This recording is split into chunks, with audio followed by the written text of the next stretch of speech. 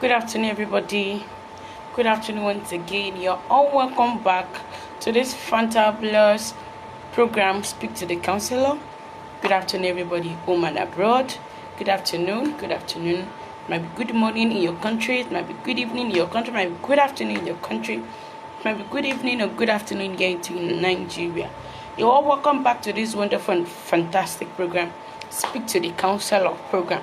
Started for 3 p.m. Nigeria time to 3:30 p.m. Nigeria time. Now, not to take much of a time because we started late, we're going into another fantastic topic today under the first range of counseling, which is educational counseling.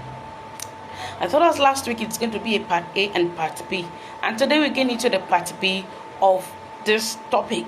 Now, what is educational counseling? I told us last week that educational counseling can also be called academical counseling. It aims at helping individuals reach the peak of a good academic performance. It sheds more light to weaknesses, to strengths of an individual or a student of their academic life. That is what educational counseling. Now today, last week I told us last week that it is into two: academic motivation and academic engagement. Now we spoke about academic motivation last week. Today we'll be going into academic engagement. What is academic engagement?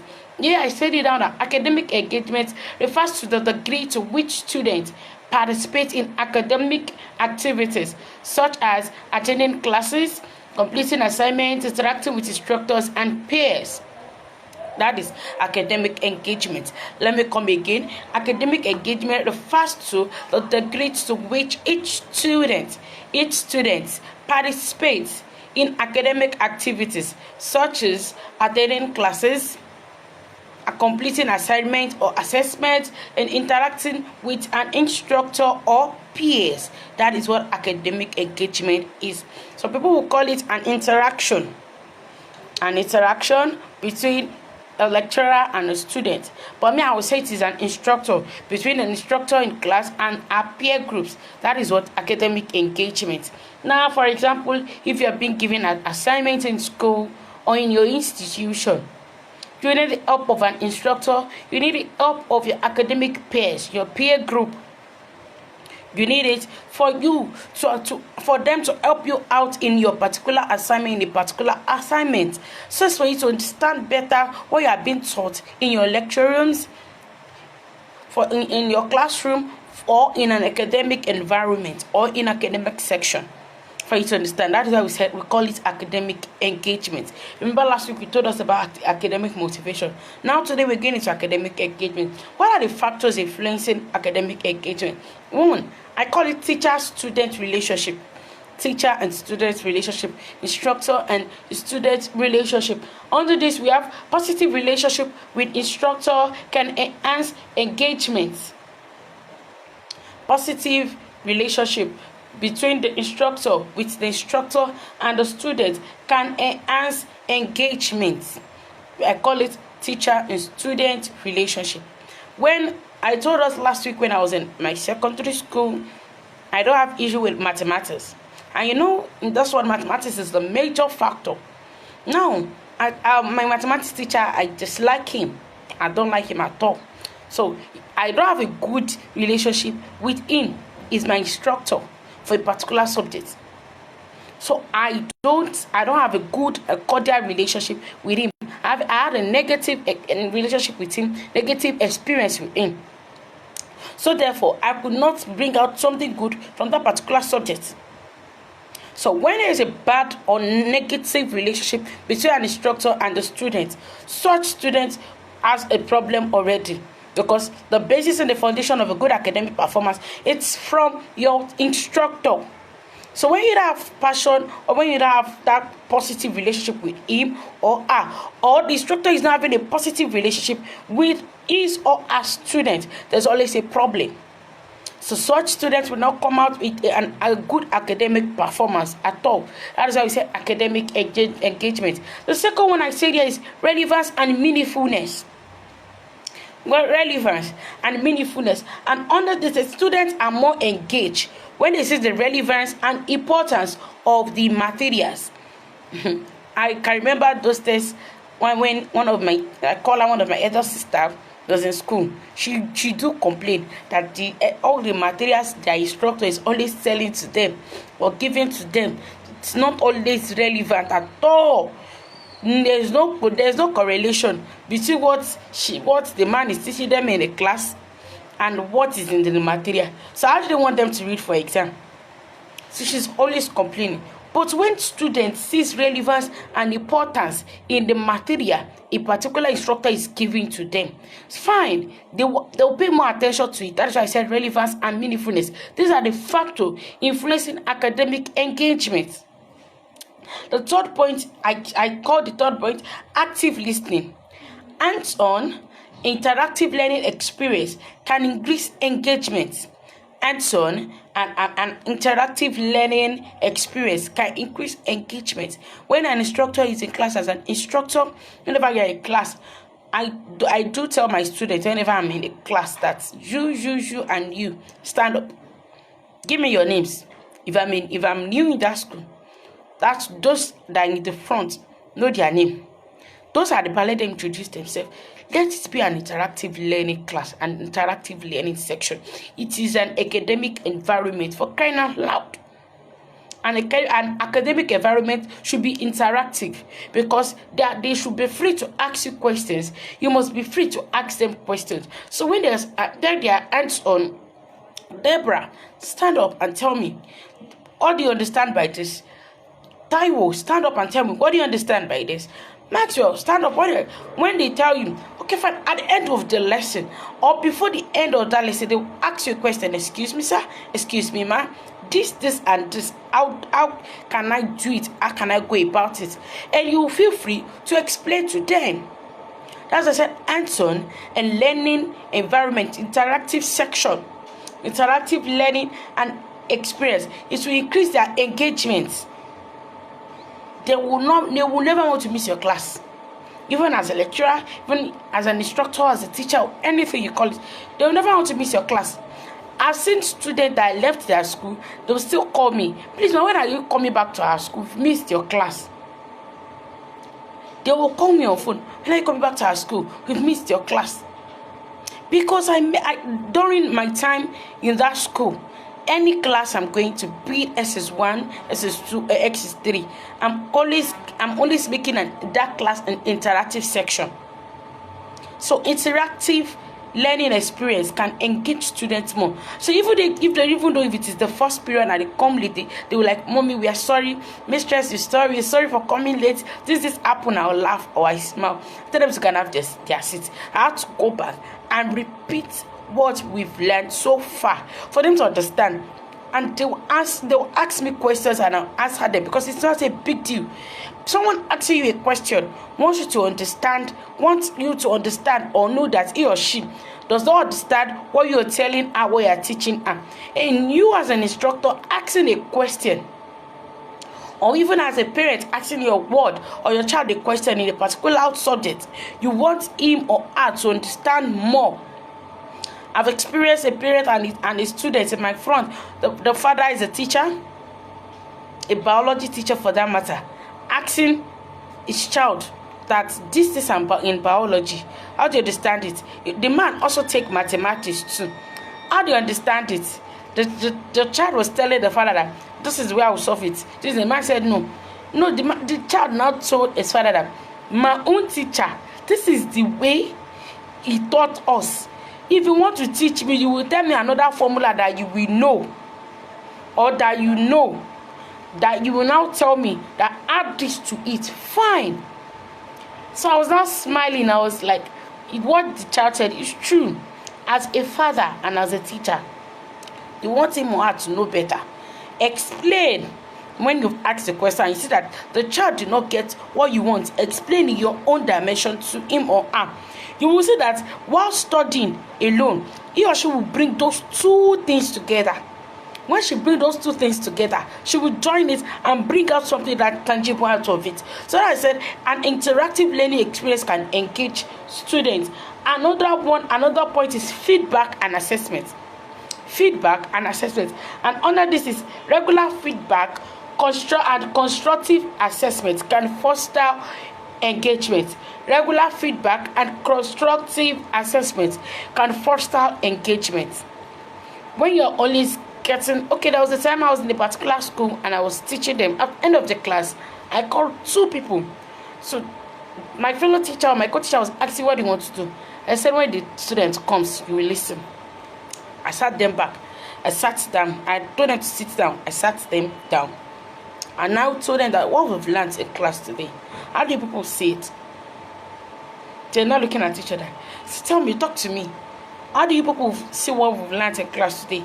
Is the method okay, or I change the method? They're like, mistress, they like that method. That method is okay.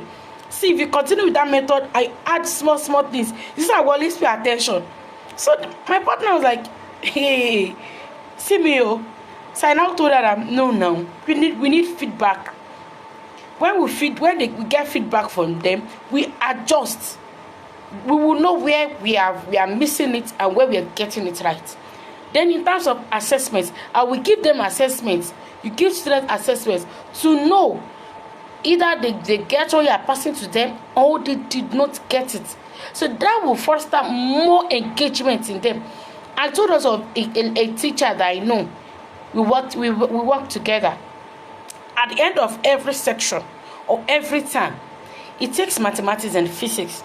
At the end of every term, after collating results, the first 5 best students, it will collect their names and it will get something tangible for them as a gift.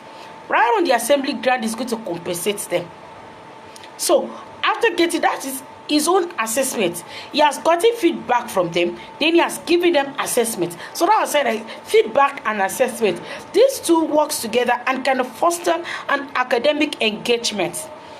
As a parent, when you see that your child is running, going to school, I wish to go to school, I wish to do this, I wish to do that. Such child wants to engage his or herself in a particular academic subject.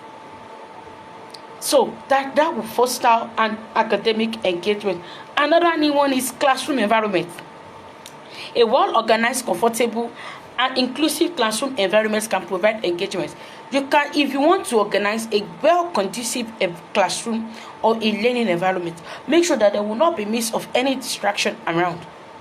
I've been to a school in a class whereby Fulani herdsmen do raise their cows to eat grass. So, the movement will surely distract students from class. So, before you now get their attention back, that's when we have to go. But when there's a conducive environment, where there are enough instructional materials, you see that you engage students more and they will perform very, very well. That's when you will have good academic performance. Now, strategies to enhance academic engagement. What are the strategies to enhance academic engagement? Number 1, encourage active learning. That is, incorporate hands and activities, discussing and problem-solving exercise. I take Christian religious studies. So, we'll read Bible, we'll bring instructional materials to class for them to understand. So, anytime they tell me, but is it supposed to be? Student ask a question. Is it supposed to be? Okay, why did David do that to Saul instead of Saul to kill him? Because I take serious. Instead of David to kill Saul, instead of this to do this, they'll start asking question. Because I encourage an active listening. I am an active listener. So these are the strategies to enhance a good academic engagement. Active listening. So when you decide not to listen to your students' question or anything they want, you are losing it. Even as a parent at home, when you discover your child is asking a particular question, that mom, okay, if 2 minus 3 or 3 minus 4 or plus 4 is this, what will be the answer? As a parent, try your best. Thank you, those viewing, those watching. Thank you very much. Continue to share and like. Encourage him or her. Try your best to answer it. Even if you cannot give a possible solution, try to refer such students, or you get someone that will take your child at home for extra lessons. That is the way to enhance a good academic engagement. My second point is provide regular feedback. When, as a teacher or a parent, when you are not expecting feedback from your child or your student, you are missing it. You are missing it and you are losing it. The best thing you could do is, when such child come back from school, sit him or her down. When you sit him or her down, what have you learned in school today? Okay, this is ask questions. So when he or she wants to ask his or her own question, it won't be strange, because during that, or as a result of that, he or she is also opening your brain as a parent, as a teacher, to where you are missing it and where you are getting it. Because we need to balance these two things. Because if we do not balance it, we are just wasting our effort, our strength for this academic performance. But when we are doing this, in fact, they will have this good academic performance. Another point here is foster a leverage community. Foster a sense of community. That is, encourage collaboration, teamwork, and social academic interaction. Teamwork is there. Foster a sense of interaction. That is, you need to encourage collaboration, teamwork, and social interaction. You need it. You need that. Another point is make learning relevant and meaningful. You need to make learning relevant and meaningful. That is, one of these I have connect academic content to real life sections, to real life scenarios, and applicative. So you must apply it to real life scenarios. Okay, like that of spelling bee competition. I learned the spelling bee competition. Okay, some of my students, I brought them. They wanted to do an inter-school spelling competition. So I had to play there. I had to sit them down, because there are like 4 or 5 in number 10. I had to tell them to sit back and watch this program. I want you to watch it. I call it a program. In my term, I don't call it a film. I call it a program. Watch this program, because I want to prepare their mind that they will not be the only one on stage. So after watching, at the end of it, I told them, what have you learned? What did you derive out of this thing you've watched? So they tell him, okay, now let's bring it to life. Let's make it a scenario. I had to create a class. I had to tell the principal to give us at least 15 minutes. So we started with the spelling bee. Whoever gets it, there's gift for him or her. And lo and behold, after that, on the main day of the spelling bee competition, they came second. Because it was the first round, and it was the first round and second round, they came second. Because I prepared their mind. I had to bring what they've watched to a live scenario, and they were all happy. They were like, they did not know they could do this, they could do that. I had to tell them, we need to just do more. Bring the good out of you. That is why I am here to support you. Until now, they are still happy. When I was about to leave the school, they're like, why we have to leave, mistress? Because I had to bring something good out of them. Because you must engage them academically. When a child is not being engaged academically, I've told us upper week, you need to get that child attention to something doing.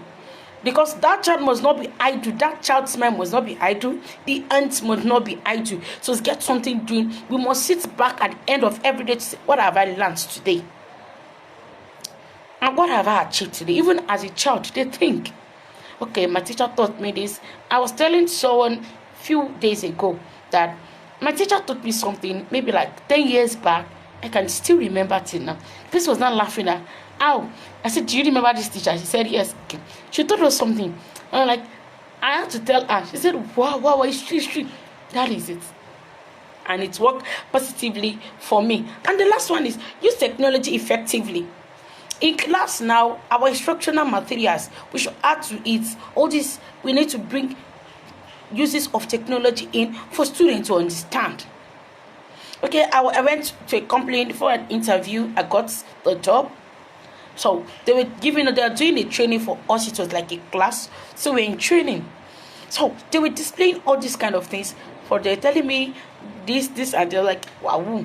So teaching and learning takes place in everywhere. Every places, every area. She said yes. She said, this slides you're preparing, you're showing me you've prepared it ahead of the class. She said yes. Now we need to start preparing slides projectors in class for better understanding for our students. Leverage technology to enhance engagement, such as interactive stimulation, games, and multimedia resources. Don't come to class and start frowning all the time. No, come to class and you know what? You need to interact with them. Give them beautiful names. Don't tell them they are dull. No, tell them they can achieve something good. Remember, a university professor today was once a failure.